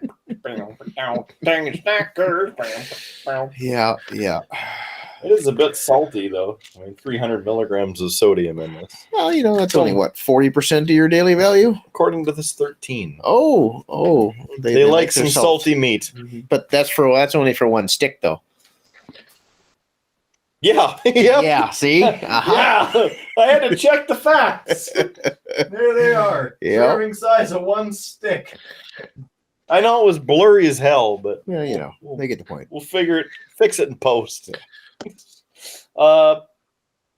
Hardwood slow smoked, and the tangy snacker summer sausage, the original flavor. But there's 5 grams of protein. There you go. 80 calories, and there's a low sugar as well. Mm-hmm. So 3 ounces of meat. You can put it in your mouth. Find them, Cloverdale. I just wanted to bring that up because I found them yesterday. I was like, what the hell? There you go. I mean, I prefer like the large full-size meats myself. I do too. I like the full-size summer sausage, nice cured, thick meat. Yep. It fits in both hands. Exactly. You can slice it evenly if you want, or just eat the whole thing. That's right. But you gotta peel the paper off first. Yes. You gotta peel off the wrapper before you cut it. Oh. I was thinking you just eat it as it is. I mean, makes you tougher. That's right. It's like the potato skin. That's where all the protein or the starch and the nutrients and everything, right? That's a good exercise for the jaw. You don't want to grate your teeth on that. Gall dang. That went south fast. Yeah. I thought Howard would have something for that, but he's lost in painting. So maybe the whole thing out. I I'm so close to finishing this model that I'm just like, I'm getting it done. He is bedazzling the hell out of all of his fingernails right now. He's gonna come up in a second, and they're gonna be rainbow and sparkly and all kinds of glitter. Or he's finishing sewing voodoo dolls for both of us. Well, that's a possibility too. I wonder why it hurts when I get up in the morning. Damn it, Howard! I thought you were on my side. Yeah. That's why we can't have anything nice. Okay. Let's roll through the rest of this, so then I don't know. We can save people from this show. Flashing Lights, of course, the PC game available on Steam that I've talked about before. You can play as law enforcement or as an EMT or a firefighter. Customize your vehicles and the light patterns and you know how your dude looks and go on calls and or your chick, because you can be a dude or a chick. Make things happen out there, go save some people and arrest some people or shoot some people, depending on what they're doing and what the situation is. There you go. You know, just gotta pick your own level of GTA, yeah? Kind of, yeah. And they get mad though if you run over the suspect. Even though the suspect's shooting at you or like running away from you, they get mad. You lose points. I don't know why. What? You can shoot them and you gain points. But if you run them over with your vehicle, you minus points. Like a perfectly reasonable thing to do. Like they're shooting at me. Yeah. I'm already in the car. Just run them over. Right? No, minus 30 points. Oh, what the hell? I'm like, why? So it's kind of weird. Maybe we should write to the developers and have them fix that. There you go. They just released an update, and as part of the update, 50% off on Steam, which I'm sure by the time this comes out, the sale will be over with. So just go buy it at full price and support them so then they can finish the damn game. But they added, there's 2 of the smaller towns on the map. They added where you can start there and go to the fire station, the hospital, or the police department in the little towns now and like patrol that area versus starting up here and then driving all the way out and down and 5 minutes later you're there. Well, just think of all the traffic stops you could make on the way there. But the cars don't actually spawn. That's the problem. Oh, okay. So yeah, I think hoping they're working on that too. All right. But they added another ambulance. And it's like one of those European van ambulances. There you go. It doesn't look too bad. There's more and more places, even around here, switching to them. Mm-hmm. So more aerodynamic. Yeah. Save on fuel costs. Yep. It's not quite like driving a school bus around, but you're getting there. It's a short bus. I don't know if you've ever driven an ambulance, Kidder, but I have, and it is not fun. I have not, but I imagine that it's got about the horsepower of a golf cart. Power-wise, they're very good. Oh. Handling-wise, not so much. Oh, okay. 5 mile per hour breeze, and you're floating like the Titanic. Yeah. It's a miniature version of a school bus, and it's not fun to drive around. But there are seat belts. There are. In the front and the back. Mm-hmm. Unlike a school bus. This is true. Let's make a giant metal tin can on wheels that's, what are they usually, like, I don't know, 3/4 of a ton? Usually it's nothing less than 3/4 ton. So anywhere from 3/4 ton to 2, if you're looking at some of the government ones. Big old school bus. The big 4-wheel drive versions. Mm-hmm. So, yeah. Let's put 80 kids on it. We don't need seatbelts. They're fine. Yeah. Oh, the school buses. Oh, yeah. They're way more than a ton. They're like 3. 3 tons. Okay. Yeah, they're large. 3-ton yellow missile coming at you. Yeah. With 80 passengers. All kids. We don't need seatbelts. Fine. Mm-hmm. They'll be fine. Oh, the seats are padded, so they bounce when they hit. Right. You gotta pad the ceiling now. Mm-hmm. That would be awesome, though, to pad the ceiling, because it would also cut down on all the sound. True. Why has nobody thought of that? Howard, where were you 30 years ago riding in the school bus and like, damn, this is loud and unsafe. We should pad the ceiling. We I lived He's in thinking. I lived in a very rural. He's thinking. I lived in a very rural school district, and we had one of the old buses that had the really long hangover over the back axle. So when you sat in the back and they hit a good bump, it would literally launch you out of your seat. Mm-hmm. Mm-hmm. A good enough one, you would hit the ceiling. Yeah. It was a catapult going down that way. Thankfully, they had to slow down and stop for all the railroad tracks, because if they didn't, every one of us would have had a concussion. Peeling kids off the ceiling with a spatula. Yeah, it'd have been bad. We had one of those buses, and we took it to Falkirk Mine for a tour. Yeah. Now, it wasn't let's go to the coal plant and get off, take a look, get back on, drive over to like an observation area of the mine. Look at this. Okay, get on. No, we drove into the pit. Oh, yeah. I don't know who authorized this. A school bus of kids and a couple like chaperones, and then somebody from Falkirk, right? Right. No, let's follow that truck and we'll drive down into the mine. We're down in the pit of the strip mine, and those trucks, the coal haul trucks, very large. Yep. But the roads, they're fine for them. For a pickup or, say, a school bus, not so good. So just like what you're saying, where you're flopping in the back, Oh, yeah. I was back by the rear axle, and it was bad even then. And we hit one of those potholes for the trucks, which they would just go over, no problem. But the bus went, whoa!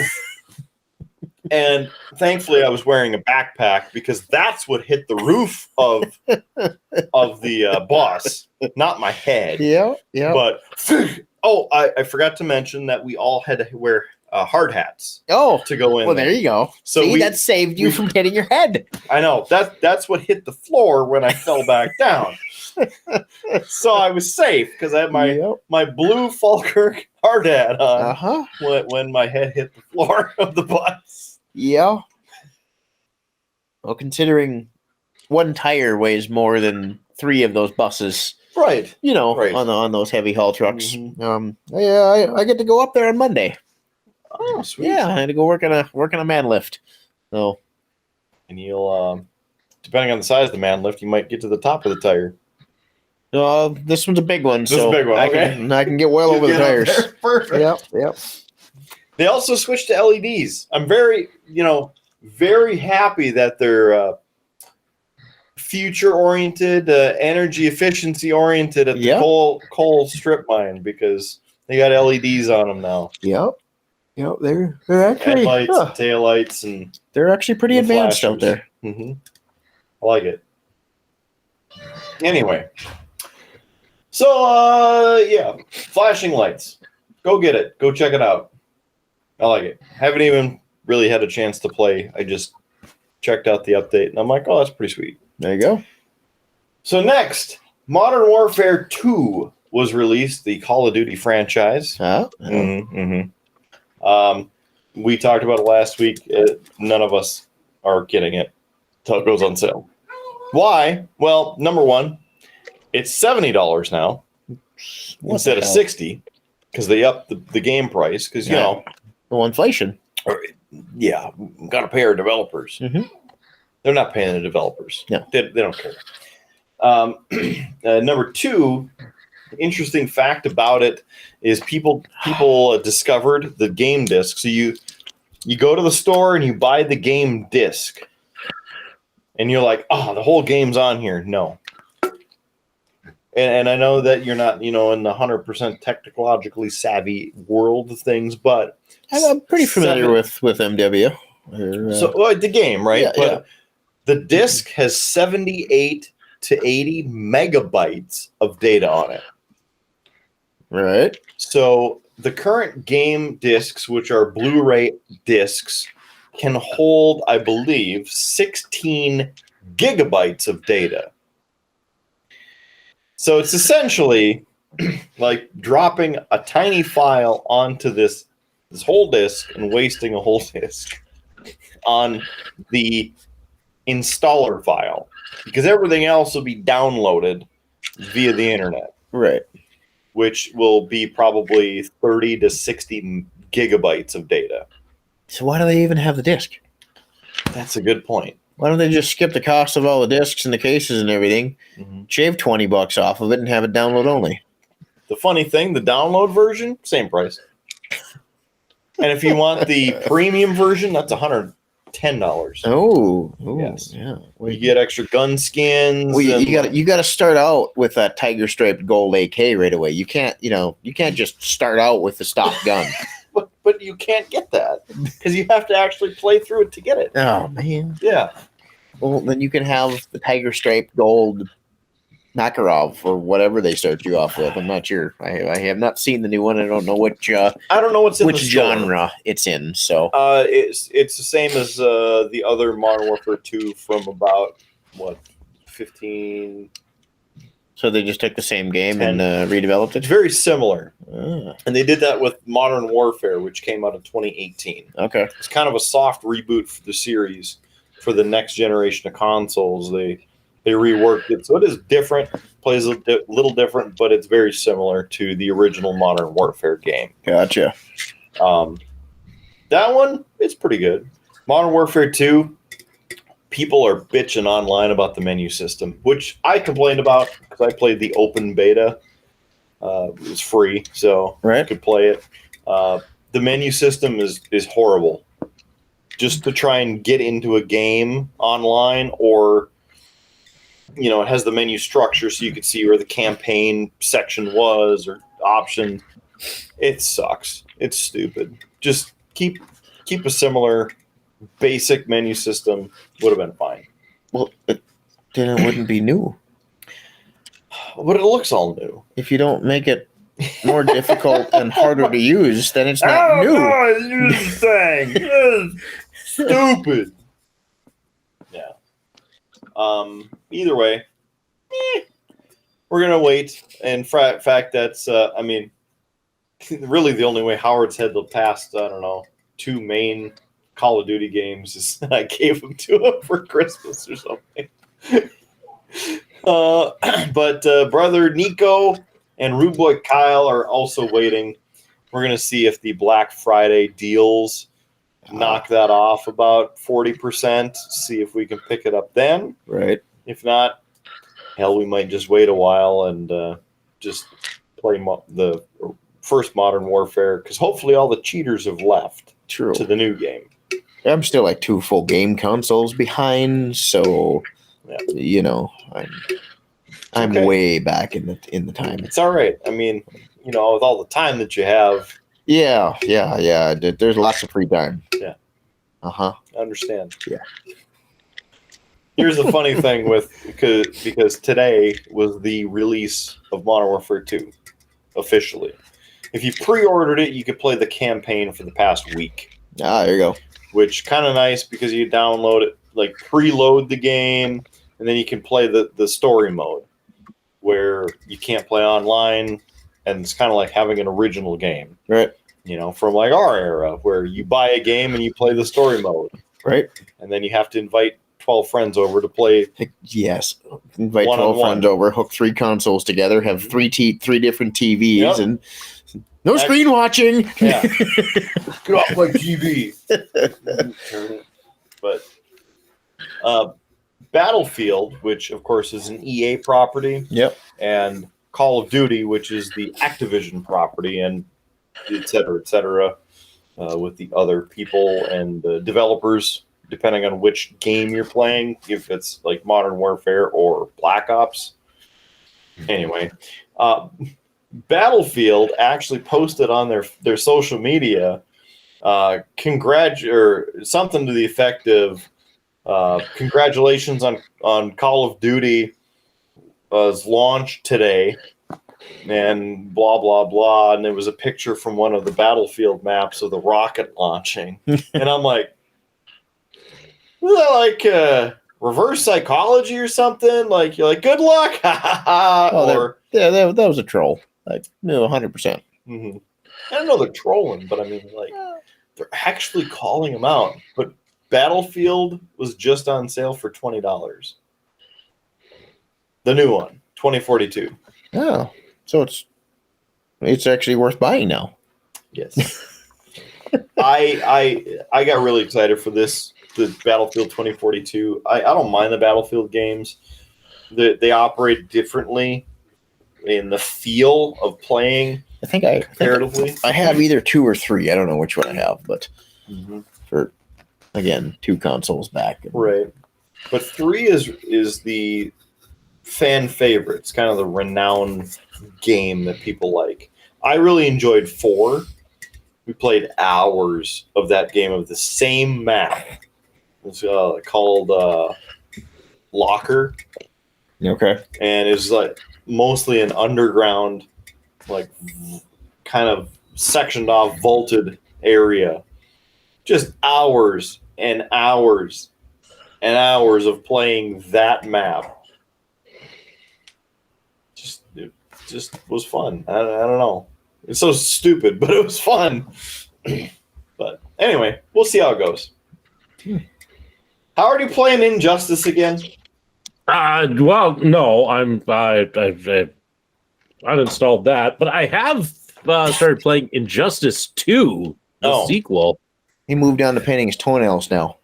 He got done bedazzling his fingernails, and now he's moved down to his toes. That's the real Injustice. Actually, I moved on to a whole different model. I sealed this one. It's drying over on this side, and this other one. Yep. Yeah, no, I haven't gotten real far in Injustice 2. Because it was one of those. It's the nice thing about the Xbox One is that like you can start playing the game before it's fully downloaded. So I started playing, and I've played a few matches, and I will say it's much more responsive than Injustice was, because I was really frustrated with Injustice. So I'm hoping to start in on the story and see what happens and all that. But yeah, interesting. Well, yeah, I'm hoping so too. Some interesting, DLC that came with it when I bought it. So it's really kind of fun because the Teenage Mutant Ninja Turtles are in it. So that's kind of cool to get to play as them. Hellboy is in it. Another favorite of mine. So kind of fun to get to play as those characters in a fighting game. So yeah, I'm looking forward to it.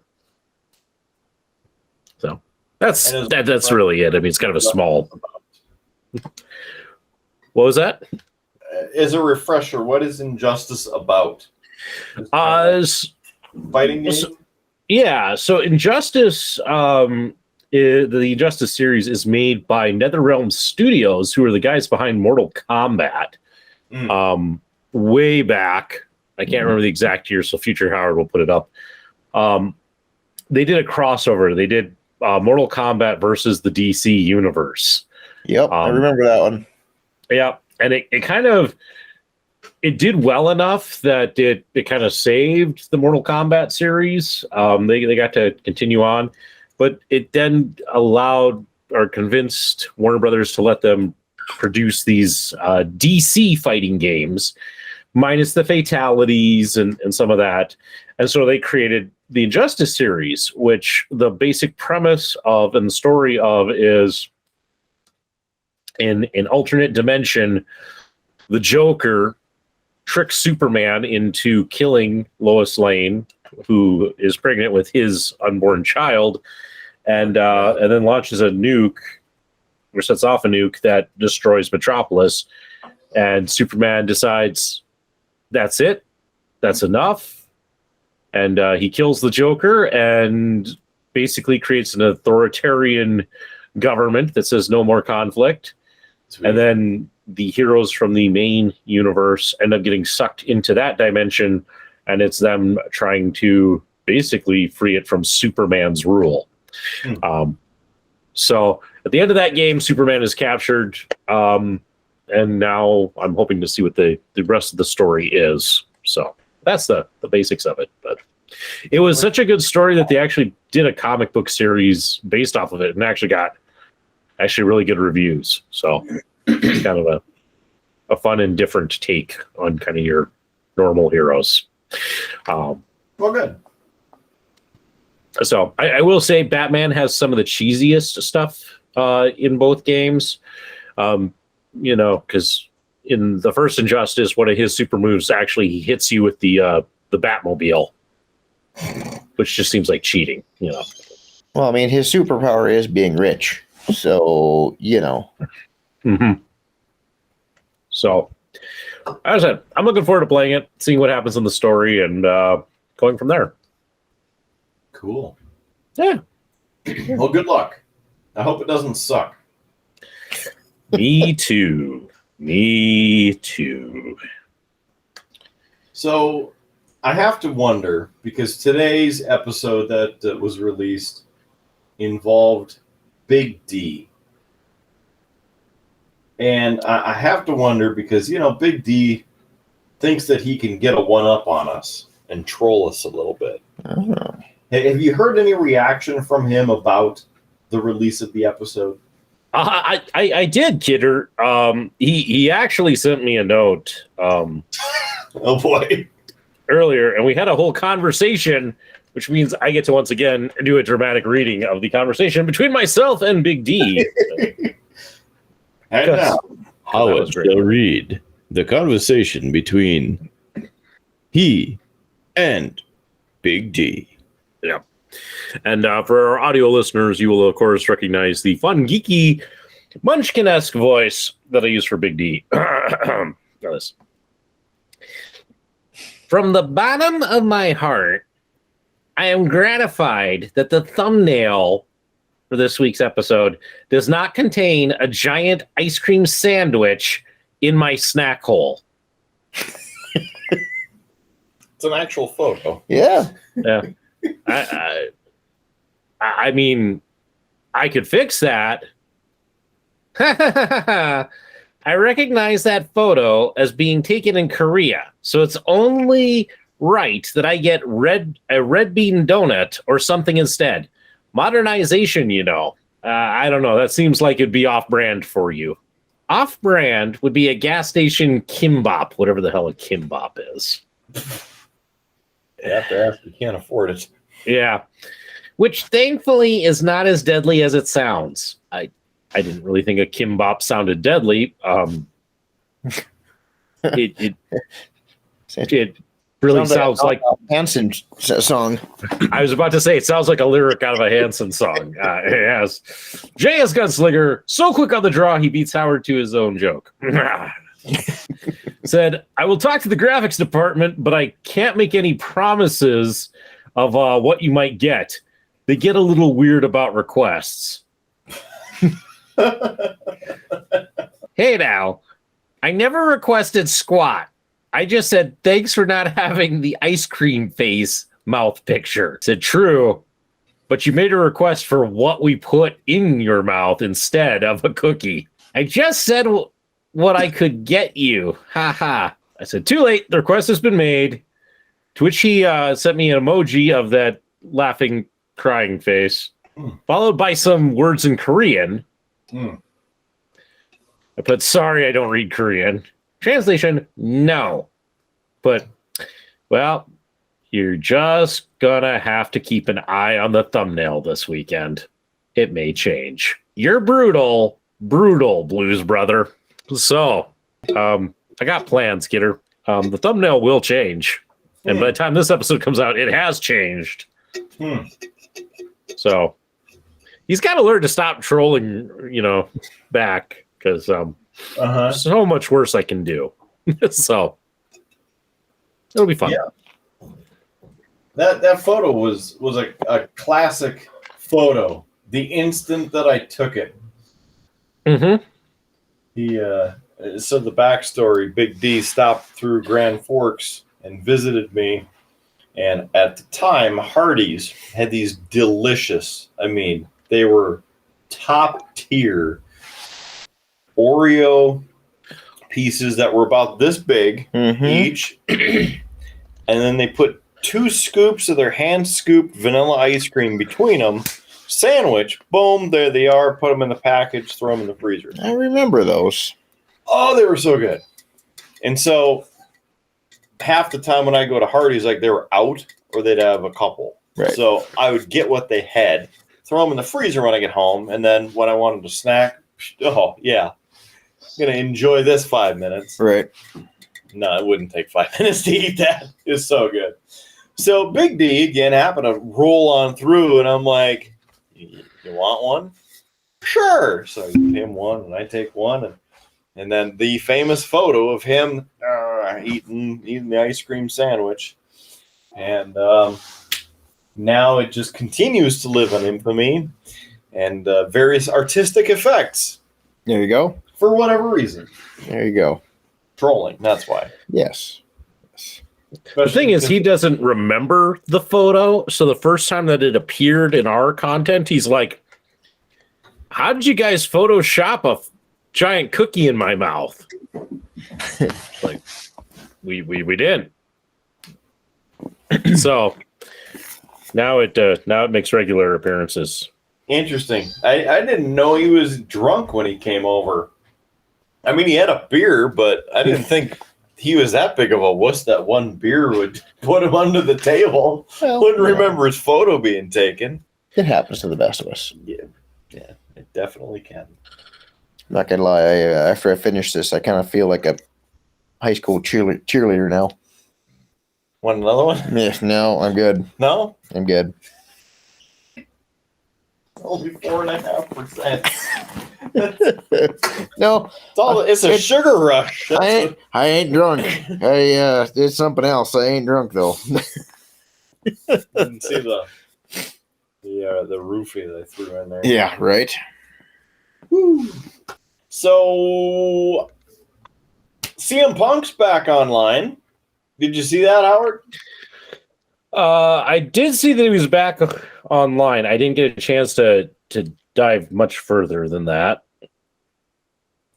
So share what you got. Just promoting April's new series on Netflix that was released today. Did you have any other updates you happen to come across? Well, the scuttlebutt that I'm seeing online is that there's some new accusations out of the Punk camp saying that Larry the Dog was injured in the all-out brawl and that he was injured when the door was supposedly kicked in and lost a couple of teeth. However, there's a lot of kind of reporting that this is untrue because during all of the investigation, nobody had said anything about Larry the Dog, and that it's probably more of just Punk trying to win a losing investigation, is the report I hear. And it sounds more and more like he will not be back in AEW. In fact, the biggest news that came out today is that Chris Jericho has gone on the record saying that even if Punk were to come back, he refuses to work with Punk. So, kind of a sign that things are not looking well for him to return. Of course, there continues to be speculation, especially since the contract buyout is mostly being held up by the non-compete clause that Punk might be going to WWE. But nothing has been confirmed on that front. To which, Kidder, do you want a hot take?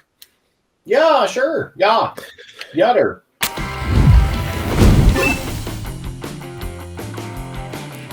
Kidder, I know you love CM Punk. I know you're going to hate me for saying this, but I don't want CM Punk back in WWE because it won't be good. You know, the last time he was in the middle of a very long legendary run, and I just don't see them doing that with him when he comes back. You know, it would probably be he comes back, he drops a pipe bomb on AEW, and then What? They're not going to make him a contender. He's had a lot of run-ins and confrontations with Paul Levesque, so I just don't see Triple H wanting to push him favorably. So I think it would be a thing of they'd bring him in, they'd use him to basically get the people watching, because what's he going to say about AEW? And then they'd probably just not really use him. Yeah. And so for that reason, I'd rather that he just doesn't go to WWE, because I don't think you're going to get to see another legendary run. I don't think you're going to see amazing matches out of him. I think that it's just going to be that he's there. And every now and then, just like Goldberg, they bring him out to have a match and lose to somebody. That's about it. Dust the cobwebs off. Yeah. Fair But enough. I mean, that's my take, as I said, and it's always meant for people to disagree with, but that is my thing. I don't think it's going to be good. I don't think it's going to be enjoyable, and so I just would rather that he not come back. Sure. Well, I mean, if I was in his shoes right now, even sitting at home, I wouldn't mind collecting the millions in paycheck money to be on the payroll as the contractual obligations. Yeah. I don't know. I don't remember how many millions, but I mean, I'd take 1 million to sit at home for 6 months. Hell, you pay me $3 million. I'll go ahead and get my ass whooped once a week. It doesn't bother me one bit. He hit me with a table, chair, whatever. Just give me the money. Sweet, put me through a table. I might not remember what happened, but that's fine. Yeah. It's like the reverse. It's like the reverse Heath Slater, who always was like, "Come on, man, I got kids." It's like, "Put me through the table. I got kids." They're expensive. Yeah. I don't know if you ever got to see Heath Slater or if you know who he is, but he was a jobber in WWE. And of course, jobber is, low-level talent where they serve their purpose to get beat up, Right. basically. He's part of the three-man band. 2 of the 3 of them are now superstars, and Heath Slater is not. So then it turned into really over the final year of his last run, where he was from the trailer park and has like 18 kids. Yeah. And he's got to pay the debt, so he's got to work to make the money to pay the debt, and et cetera, et cetera. So then it turned into the "I got kids" thing. And he actually had a shirt, "I got kids." It's kind of popular for a bit. Yeah. That sort of thing. Yeah. I don't know if I watched an interview, Kidder, where he talked about that whole "I got kids" gimmick. It was not a planned gimmick. He was literally out there. He was doing basically a promo with Brock Lesnar, because that was back when he was a free agent trying to get on either Raw or SmackDown. And it was like, well, I'm going to go out and face Brock Lesnar, because if I can do that, then maybe somebody will give me a contract. And so he was out there doing a whole promo back and forth. He forgot his line that he was supposed to say, and he blurted out just the first thing that popped in his head, which is, "I got kids." I have kids.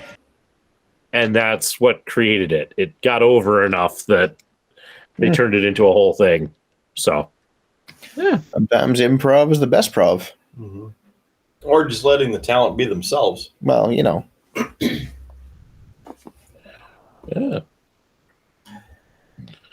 How about any update on Doctor Who in your world, Howard? Have you seen any Doctor Who lately?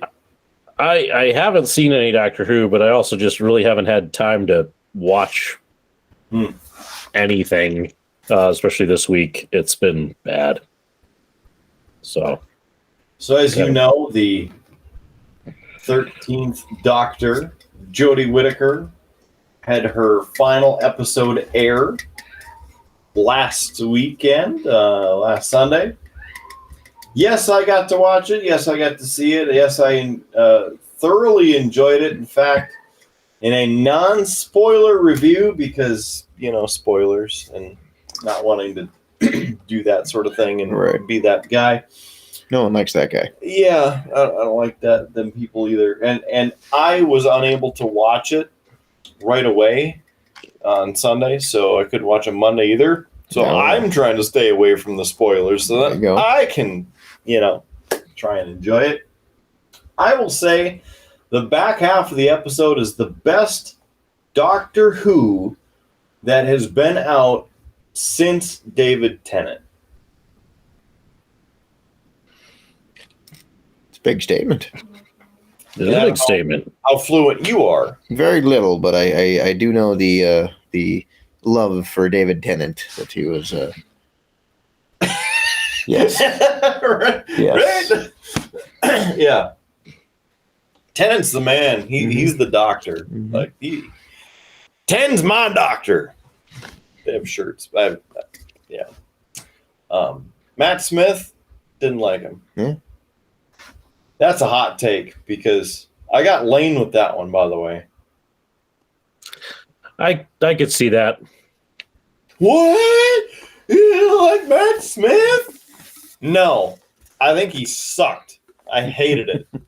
I hated the writing for him. I hated him as the doctor. I hated what they were trying to do with him or not do with him because they were all over the place with that. Didn't like it. Peter Capaldi, I enjoyed it. But then they screwed with his writing for it too. Like, it's kind of all over the place. So you didn't get to see Peter Capaldi be Peter Capaldi as the doctor. Right. It was like, this and this. It's just confusing. And then Jodie Whittaker. She, very good actor. I enjoyed her in Broadchurch, which also starred David Tennant. Haven't seen that either. That one more, it's very dry. The British version's very dry. Like a police procedural investigative story and several seasons long about, essentially it opens up where Jodie Whittaker's son was on one of the cliffs and like trying to figure out how he died. Yeah. Because they find him on the beach below. Gotcha.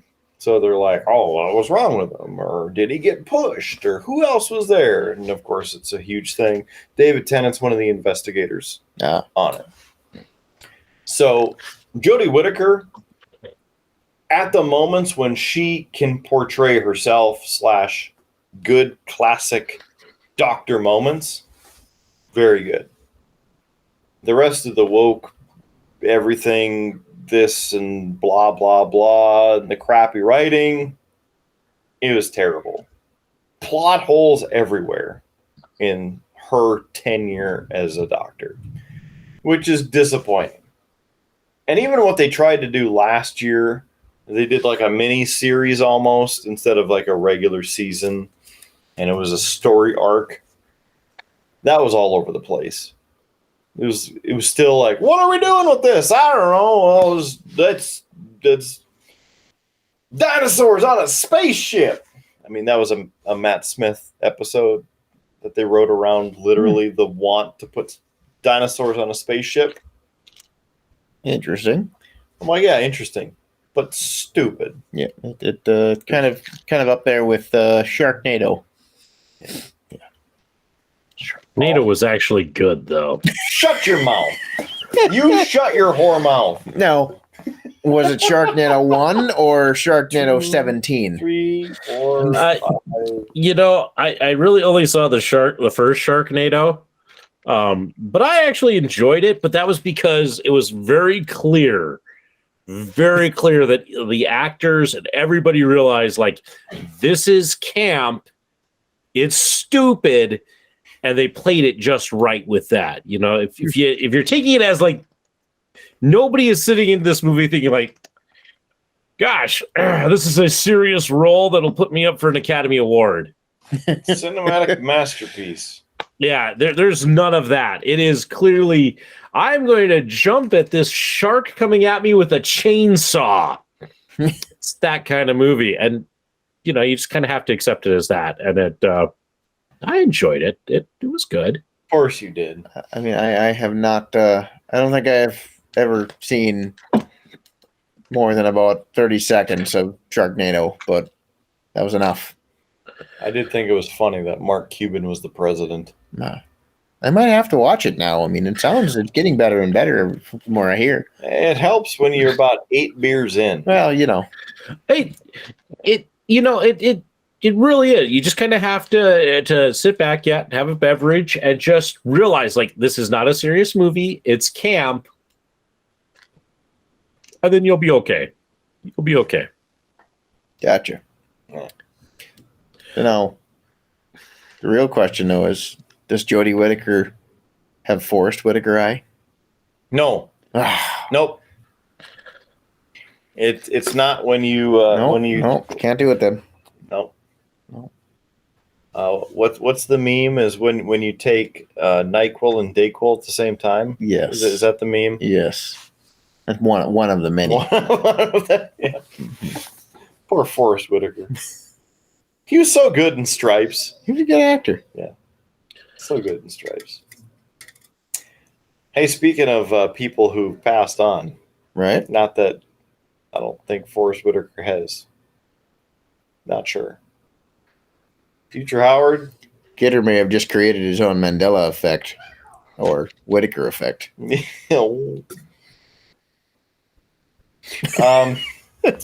Jerry Lee Lewis passed away today. I heard that on the radio. TMZ announced it 2 days ago. Yeah.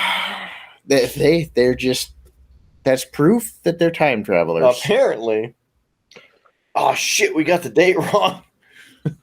Gotta double check that. Fun fact about Jerry Lee Lewis, at least according to the radio, I believe it's his third wife was not only his cousin, but was 13. Yes. And with that, I think we've had enough of this. Howard, what do you say? Well, I think I'd say you stole my line, and that I didn't say the line. Yeah, it was close enough. I mean, in a court of law, I think I'd win the lawsuit. It's more than 13 to 30% different, so we're fine. Nah, yeah. Well, my lawyer says differently. Anyway, Kidder, we've been talking for quite a while. It's late. Yeah, it's time we wrap this show up. All right, let's get the hell out of here. So, beerbluesbs.com. Visit us. It's on the screen right here if you're watching the YouTube version. beerbluesbs.com. On the website, we have the social media links where you can get to Facebook and Instagram and like us and share us. The YouTube video version, so then you can subscribe to our channel. Please and thank you. Watch the video versions. Sharing is also caring. Also, are the audio versions. We're all over the place. Every single audio app that's out there. We're talking Spotify, iHeartRadio, Pandora, Amazon Music, and podcasts. Google Podcasts, Apple Podcasts, just to name a couple. If you have an audio listening service of choice, search Beer Blues and BS. Please subscribe. Please share. Sharing is caring. While you're also on the website, beerbluesbs.com, buy us a beer. We would absolutely love for you to purchase a beverage for us and leave a message in the comments. We will put it on the screen here and discuss your message and profusely thank you for the donation of a beverage or 2 or 3 or 4, depending on how many beers you buy us or buy us around. We appreciate it. And thank you because you're actually here in person because you bought us a beer, bought me a beer, gave it to me. So try this, have fun with it. I mean, I'll get one for Howard too, but he never comes over. Yeah. Nothing. Look at that. Yeah. He's really into the toenail painting. If I put this 8th color on there, I get an award. It's like an achievement, but it's a ribbon. Okay. We'll stop dogging on Howard. But you can dog on Howard on our Facebook page if you want. Just give us a comment, maybe even on this show. Right in the show notes down below or the comment section, all the info right there. And we appreciate you joining us. So let's just wrap this whole thing up. On the other end of the visual spectrum, that's Howard Blues. He actually looked, but you couldn't see it. JS Gunslinger, thanks for strolling in. Absolutely. Glad that you could have that beverage. Hey, if you're in the market for some real good cheerleader beer, grab yourself a pink lemonade. I'll have to find some pom-poms for you next time and get you over here and get you another one. You don't want to see me in a skirt. I have tactical skirt. Tactical skirt. You have a point. I know it's a kilt, but you have a point. It's just a little longer. Howard's like, what? Actually, we have that on video because it was in the birthday episode. Yes, so there's proof. Mm-hmm. Oh, Howard even knew. Mm-hmm. I did know. Yes. And I go through that. All right, well, let's get the hell out of here. I'm the man, the myth, legend, Mark Kidder. Thanks for joining us for this and every episode of Beer Blues and BS. Remember, please, and thank you, to subscribe, like, and share. Also, keep your glass at least half full. There's free beer tomorrow, and we'll catch you on the old Dusty Tuscan Highway. Have a good one. See you in the next episode of Beer Blues and BS. You have been listening to a UA production of Beer, Blues, and BS. If you enjoyed the show, help others find out about it by rating the show or leaving a review at your podcast listening service of choice. Thanks for listening, and may your glass never be empty.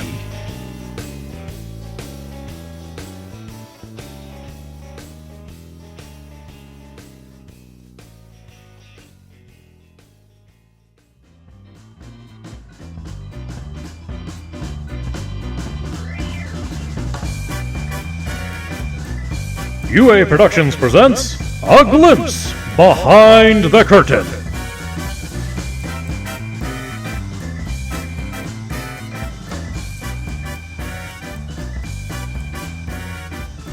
All right. Another episode in the books. Yay. I was going to say it, but then I knew you were going to say it, so I just did the Blues Clues for you. There you go. Apparently, some movie coming out, like Blues Clues movie, and all the all of the Steves are going to be in it. Apparently, there's 3 of them. That's trippy. Yeah. Oh, I'll take that upstairs. Oh, but that's okay. Oh, I don't know how they're going to do it. Why? Mainly why? I mean, maybe it's for the kids. Why? It's for the kids. Yeah. All right. Well, there, we're done with that.